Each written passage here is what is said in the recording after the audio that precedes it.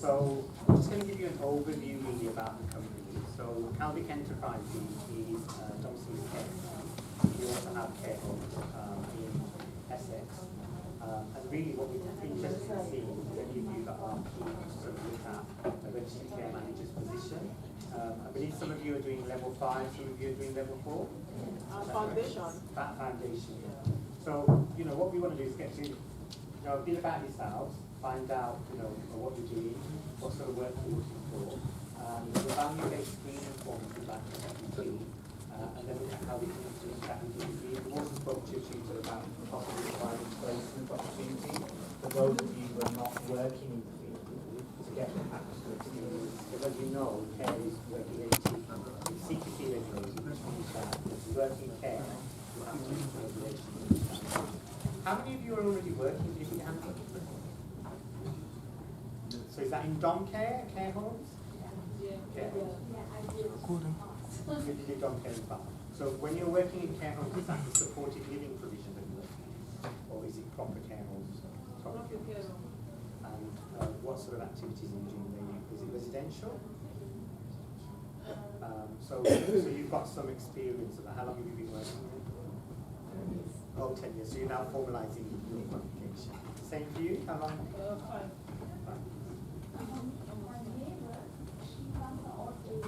So I was caring her for her treatment. So there was treatment. Yeah, no, that's fine. She was sitting on the food all the time. Sometimes she forgets to take the tablet. So I remind her, for her to take the tablet, she always do it. So you've had some sort of experience around that. So a lot of you haven't had practical experience, is that correct? Yeah. So you're on your degree, you're trying to learn, get your qualification, and so you'll need that practical experience and support. So that's what we're looking to do, is provide that opportunity as well. For those of you that are working, we'd like to have a conversation with you separately about where you see the future is. I'm guessing some of you want to become managers. Is that your plan? I mean, you've got 10 years experience. I'm surprised, because if you've got such experience, it's good to sort of formalise that and move that forward. So, is any of you wanting to become care managers? Is that your plan? No. Why not? Is it stressful?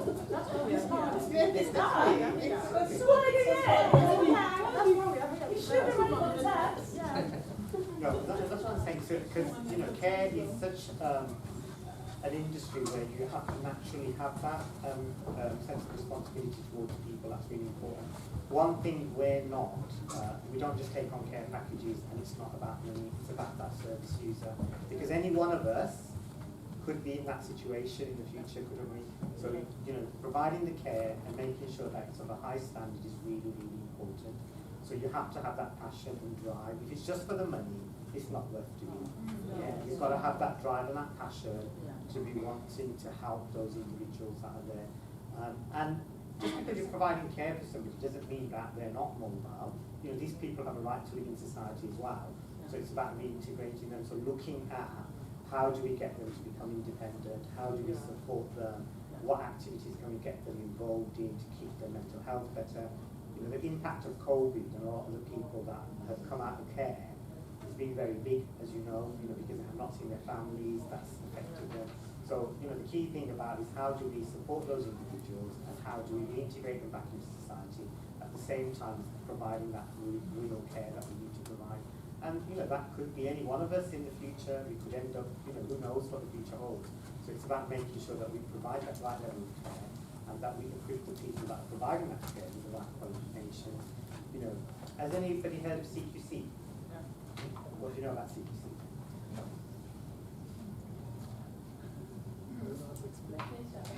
CPC is an organization who basically checking on people who have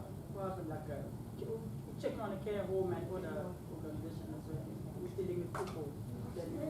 And the service they have in the care home. Care Quality Commission? Yeah, absolutely, bang on. Care Quality Commission.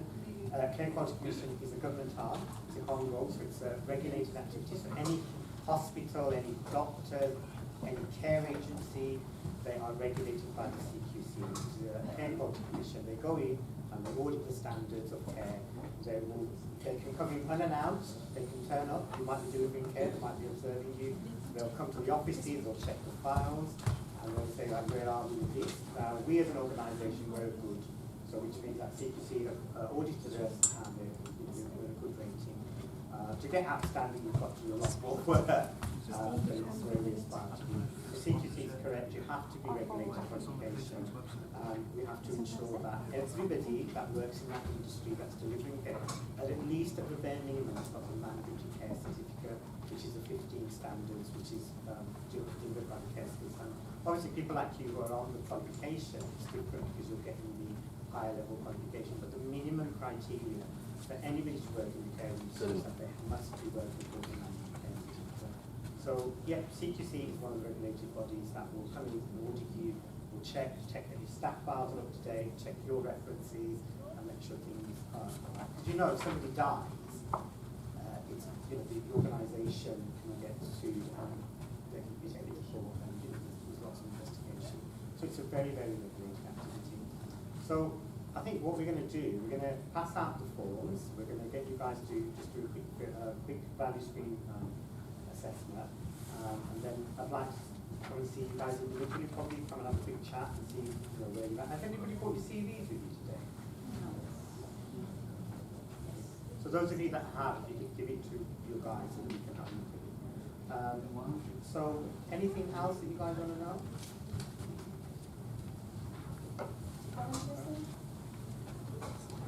Yes, please.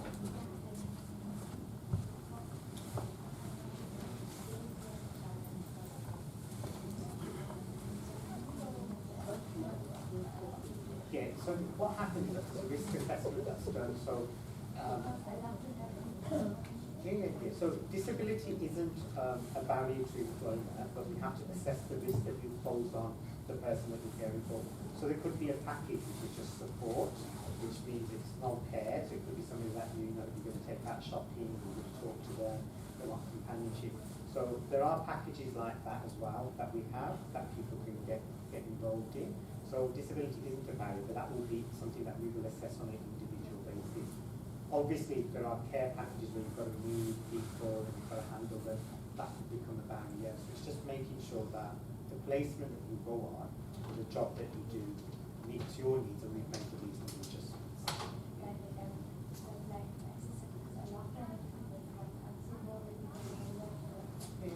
So there are packages that can happen. The key thing is that you have to be safe in the role that you're doing. So we would assess you as an individual, match you with that package, and then look at the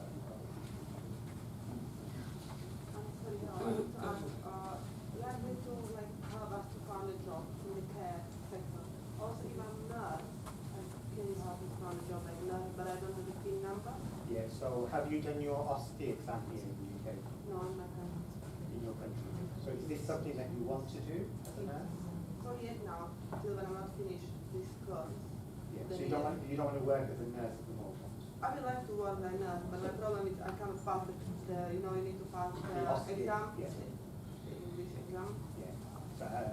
So what level are you currently at on your English? No. In English. So you need to have, I think it's a level 7, isn't it? Yes. So the English, I think from abroad, it's a level 7. Yeah, the academic. So yeah, we also work with hospitals and stuff, but obviously in order for us to put you in, to have you as a nurse, you would have to have your PIN number. So we would work towards that, but we can help with that. However, I would need to look at what the regulation is, because there's certainly sometimes we can actually help people come in, not do the full nursing activity, but you've got an awareness. Because I done all the application, this online, I had to pass the PIN number, but because I didn't pass the exam, and the one course, the test exam is like £400. Yeah. So how many times have you done the test? Yeah, well, we can have a chat individually and look at your individual circumstances. But you could be somebody ideal to become a registered care manager.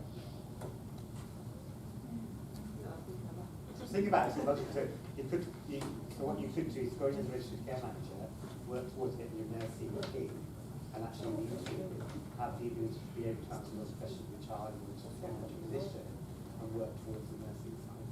So something like You start from somewhere. Let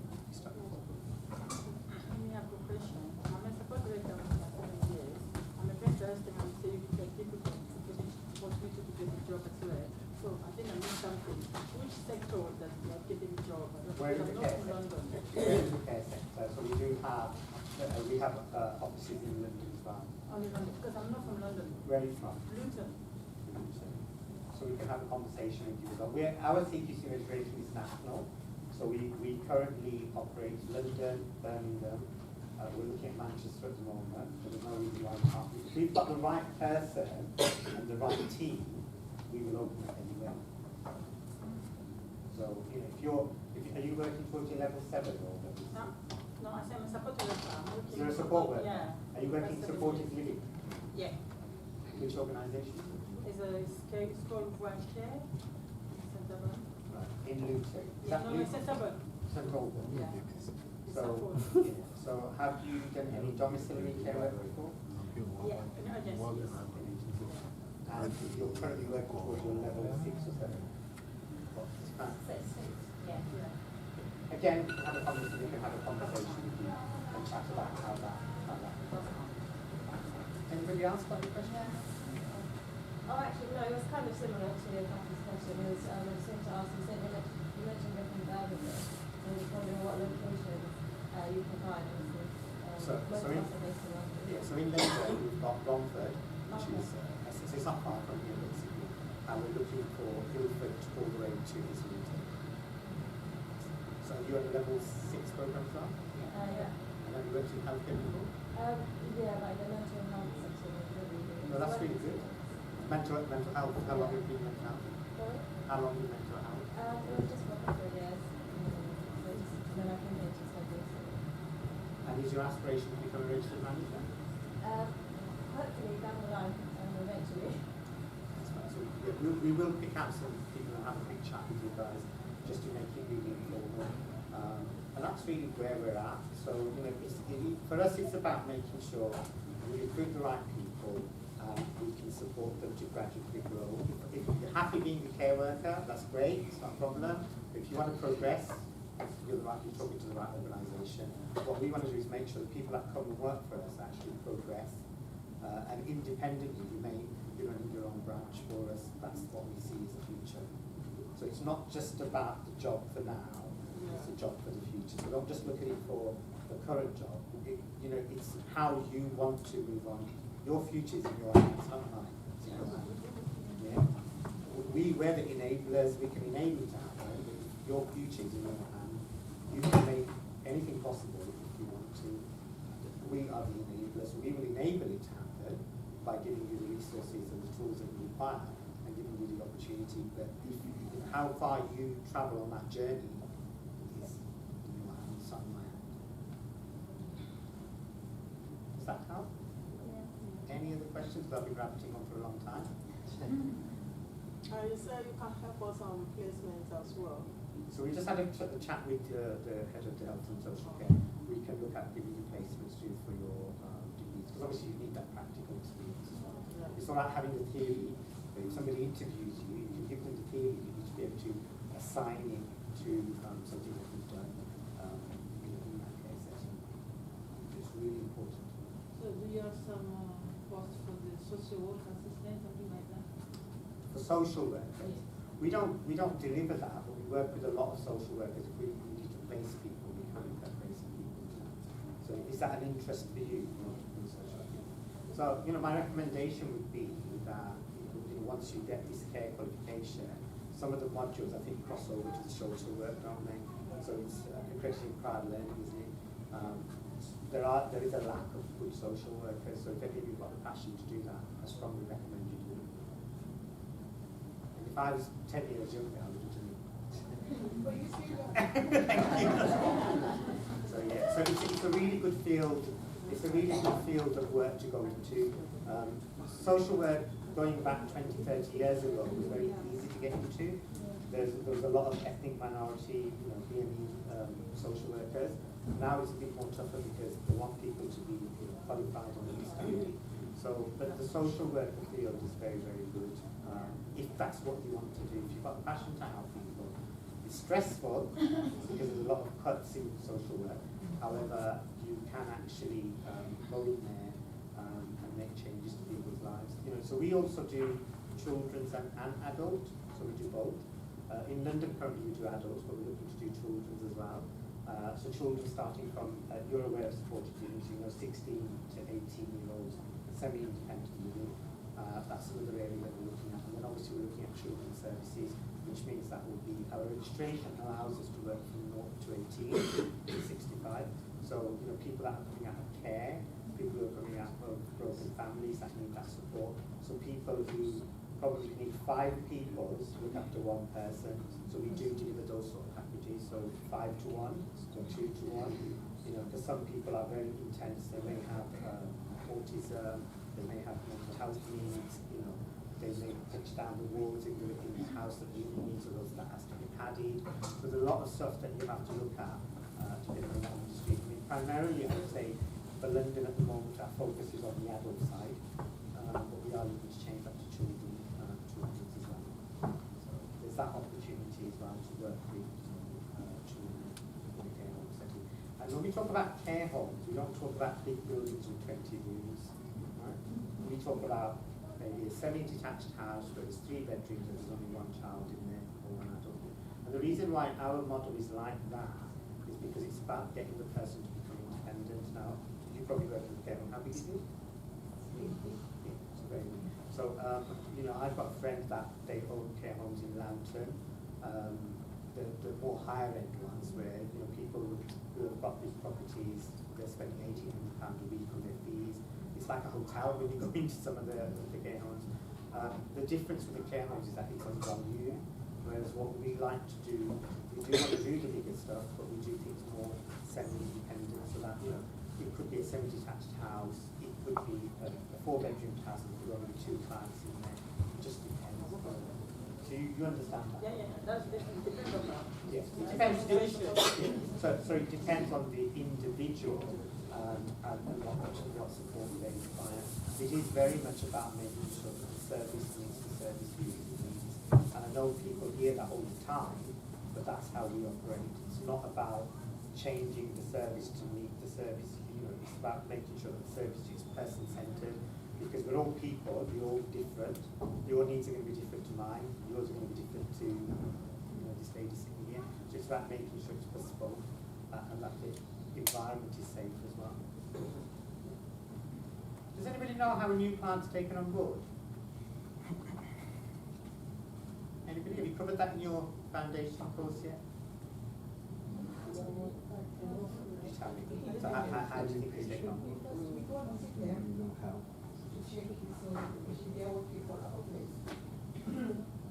of the senior or one of the care manager would be an assistant. If it's okay with it, then we have some person to do it. So absolutely right. So you have that meeting, you do a risk assessment, you ensure that you go through that risk assessment to make sure that that individual, the placement that you have is going to match their needs for the care home side. But if you're going into their home, you risk assess their property. So does this individual have the right mobility issues? Have they got the right aids in the house? Have they got the right anti-slip mats in the bathroom? You know, it's the risk assessment side. And then what you create is a person-centered action plan. And so that is very much down to the individual. Mrs. X needs X, Y, and Z. Mrs. X needs to be prompted for a medication, or Mrs. X needs to have this type of food. So this sort of stuff is really good information, because as you're doing your degree and you're working towards it, it's very much about understanding what is the process that's followed. In a mental health setting, it's very much about the multidisciplinary team, so there's a psychologist, there's a CPM, and the CPM will sit with that individual, assess that, and before they discharge them from a hospital into the care home setting, there will be some hours given to support them. So, you know, it can vary. You've heard of the terminology split personalities, you've heard of personality disorders. You know, it's a different range of group of people that you can have coming through. So you have to have that experience. I guess in supported living you see some of that a lot. And supported living isn't regulated at the moment, so it's more regulated. So come April, and by September this year, any supported living provider will have to use CQC registration. So there are major changes in the care industry. And do you know what the reason for that is? Because have ever you been into a property where you have to wipe your feet on the way out? You have to wipe your feet on the way out, not the way in, the way out. Yeah. You've heard that terminology. First time.